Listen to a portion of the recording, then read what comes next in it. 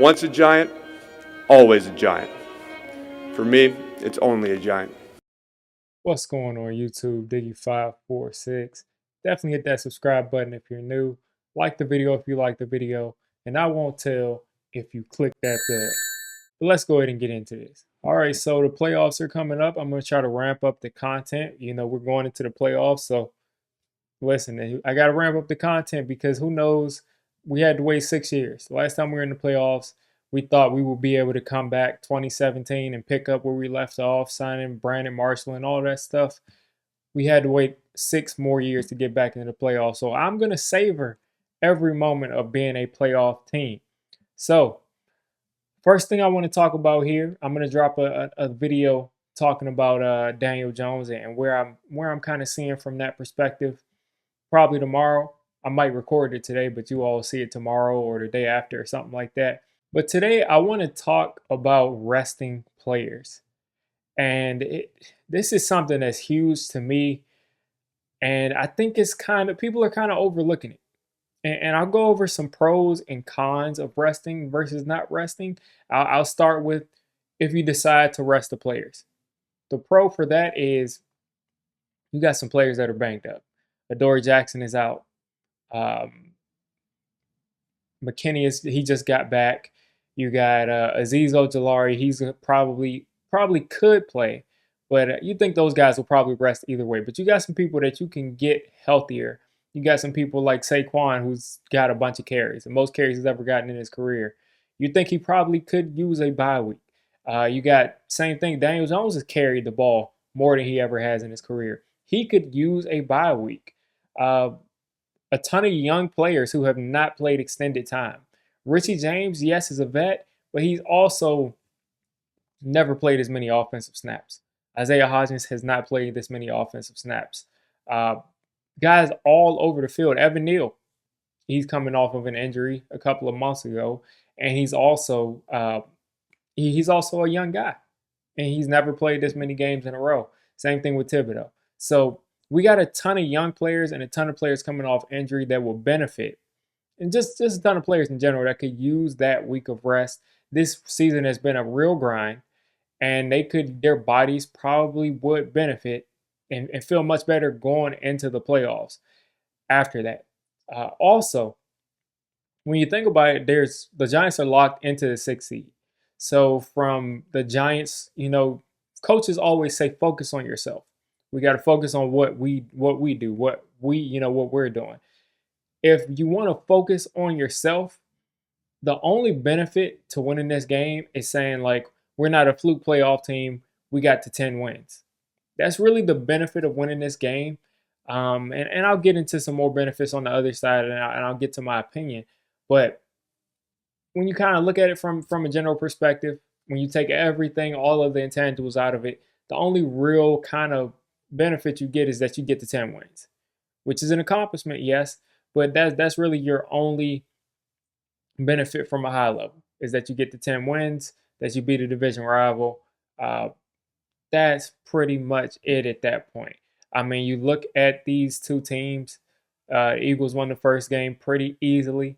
This second game is going to decide whether they get swept or not. So they could bench the players and deal with that aspect of it of going into the playoffs fresher, going to the playoffs with an extra, pretty much a bye week when you might play the Vikings who are the Vikings are going to have to battle this week. They're not resting players this week. So that's an advantage we could possibly have. Now, when you look on the other side is you play your players, they go down to Philadelphia. And I was gonna say not down up, but no, they do go down to Philadelphia. And then I don't know if they go down to Philadelphia or if it's a home game. I don't remember, but I'm pretty sure they go down to Philadelphia. And I think Philly's wearing their blackout uniforms. They're trying to go to get that number one seed. They're the best team in the league. When Jalen Hurts is there, they're the best team in the league. That's just a fact. You all can debate. The Chiefs, the 49ers, the 49ers don't have a quarterback like Jalen Hurts, and they probably have as good of a roster, except they don't have that quarterback. I don't care what Brock Purdy has done in the regular season. They just don't have that guy that's an MVP candidate at quarterback. The Chiefs, let's be real, the Chiefs team is nowhere as good as the Eagles as far as that team is Patrick Mahomes. So when you look at full teams, the Eagles are the best team in the league. And I'm going to go back, and Brian Daboll kind of scoffed at reporters for doing this. I'm going to go back to 2007, where the Giants were in the playoffs, and Tom Coughlin decided to play his players, play his starters against the Patriots, who were the best team in the league at that point, the best team in the league. And the Giants went in there and they gave them all they could ask for, and pretty much came down to the wire. The Patriots ended up winning that game. You all know the story, but it came down to the wire, and Tom Coughlin played his starters. Those guys felt confident that if they see the Patriots in the Super Bowl, because they couldn't see them anywhere else because they were an AFC team, but if they saw the Patriots in the Super Bowl, they felt that they will be able to compete with them and possibly beat them. And I think that game, people love to forget about the mental side of football, but I 100% believe that the Giants do not win that Super Bowl. They don't win that Super Bowl without having that close game at the end of the season, because football is a mental game. It's a game of momentum. It's a game of psyche, and I do not think they go out and win that Super Bowl if they don't do that. Now fast forward to 2011. Now, the Giants didn't make a decision. The Giants we crawled into the playoffs in 9-7, which shows you the hot teams that are, playing the last week of the season, a lot of times they end up getting into the playoffs with momentum and winning some games that people don't think they should. That's what happened in 2011. But if you go into, I think, probably about week 12, week 13, somewhere around that, Green Bay is, I think, undefeated, or maybe they lost one game. But we go to Green Bay, and part of my memory, because I can't even remember if we won this game. I'm pretty sure we won this game against Green Bay. Or maybe it was kind of the same thing. But you all know the story from a larger picture. The Giants went and played Green Bay and almost beat them, or beat them. It was, my memory is bad. And just for the sake of this video, I'm gonna go ahead and give this a good old Google search to make sure I can remember what happened and who won that game. And I'm pretty sure it was the same thing as the Giants and Patriots, and we almost beat the Packers. So, not the playoffs. Everybody's showing the playoff game. Everybody's showing the playoff game when we dominated them. If I look at December 25th, 2022, that was a Christmas game. Wow. Okay. So hopefully no sound pops up. But I want to make sure I got this right before I continue my point here. Okay, so the Packers did win that game by 3. They won it on a walk-off field goal. Aaron Rodgers drove them down the field. So we almost beat the Packers. That was what you call a moral victory. That's what you call a moral victory. And it pretty much showed the Giants that they could compete with the best team in the league. And I get, you all get where I'm going here. The Eagles are the best team in the league with Jalen Hurts. Jalen Hurts, at the end of the game that he got injured in, this man, he played well after he was injured initially. So he's going to be coming back from this injury, rested, and probably really ready to go. I think he could have probably played this past week, and I think they probably expected Gardner Minshew to be able to beat the Saints, and that's why he didn't play. But he's going to be coming back, and he's going to be coming back with a vengeance. This is going to be the best of the Eagles. We're going to get the best of the Eagles. So I really believe that the Giants should go out there, and now I'm getting into my opinion. I'll get into some cons. Maybe I should test the cons before I start to really make my argument. But the cons of this, of course, first of all, look at this guy right here. This guy, Daniel Jones, right here. He's a guy that's going to run, and he's not a guy that is good at protecting himself. Every game he drops his shoulder against somebody, whether it be a linebacker, whether it be a defensive tackle, anybody can get it with Daniel Jones. He's going to throw his body in the way of caution, and you can't tell the guy not to do that. That's how you really risk injury. So he's going to be risking injury, and he's a guy that's going to run. So that puts you in huge jeopardy, because if you don't have your quarterback going into the playoffs, it's a joke, because Tyrod Taylor is not winning a playoff game. It's just not happening.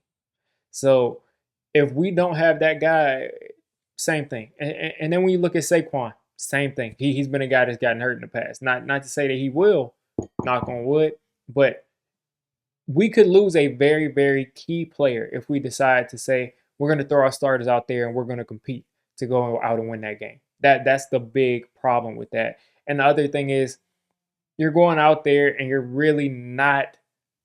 not gaining anything. You can't get the 5 seed, you can't get the 3 seeds, you can't win the division. You can't really gain anything tangible. The only thing you can gain is intangible.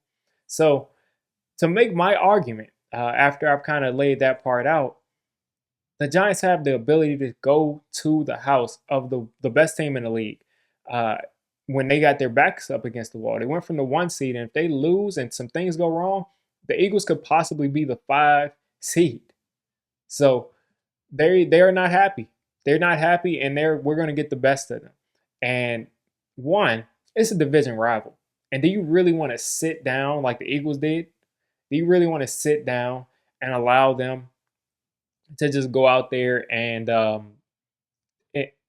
just get their number 1 spot back? Do we really want to passively watch them do that and just play our backups? Because of course we're going to try to win with our backups, but you're still kind of conceding the game. You're playing against the best team and you're playing your backups. Are we really going to give that to them? And then the other thing is, it's why not try to get to 10 wins? And why not, like I said, build that confidence going into the playoffs? We see it time and time again where the Vikings, and this is just me saying this in a vacuum, the Vikings are playing against, I think they're playing against the Bears maybe. I don't know who the Vikings are playing against, but they're playing a game where they have to win. They want to win. So they're going to play their starters. And they're going to be, straight off of maybe a win or straight off something where they got some momentum. They're in the practice of playing hard, playing to win. And we're coming back, we're stretching out. We're coming back off of the plane. We haven't really played in weeks. And we're profiling out of the plane into the stadium. We're stretching for the first time, or maybe not for the first time, but you get what I'm saying. That we're not ready to the point of someone who's been in it for weeks and weeks and weeks and weeks without a break.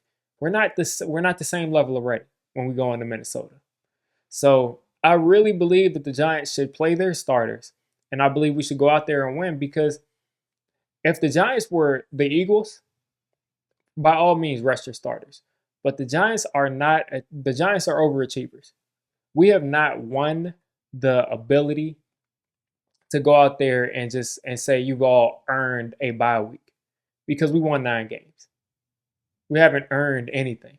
This is our first successful year in 6 years. We haven't earned anything. So I really believe we should go out there and play our starters. Daboll started off saying, everybody's playing, and then he kind of walked it back, and he's kind of just been whatever since then. So I don't know what Daboll would do, but I would play my starters, and I would try to carry this momentum, especially on the offensive side that we've had the last 2 weeks. I would try to carry this momentum to the Eagles, to the Vikings, and so on, because you do not want to lose this lightning in the bottle because you're scared of someone getting hurt. So let me know what you all think of this. Should we risk our starters getting hurt? Should we play against the Eagles week 18 and risk injury, like I said, and try to go out there and get a win instead of letting our division rival wrap up this number 1 seed? Let me know what you all think down in the comments. I want to know. You made it this deep into the video. Come on, just hit the subscribe button. I make Giants content primarily, draft content secondarily, and during the season, I'm going to be doing a lot of reacting to pretty much most of the NFL games and everything NFL. So if you made it this deep, go ahead and join the D6 squad.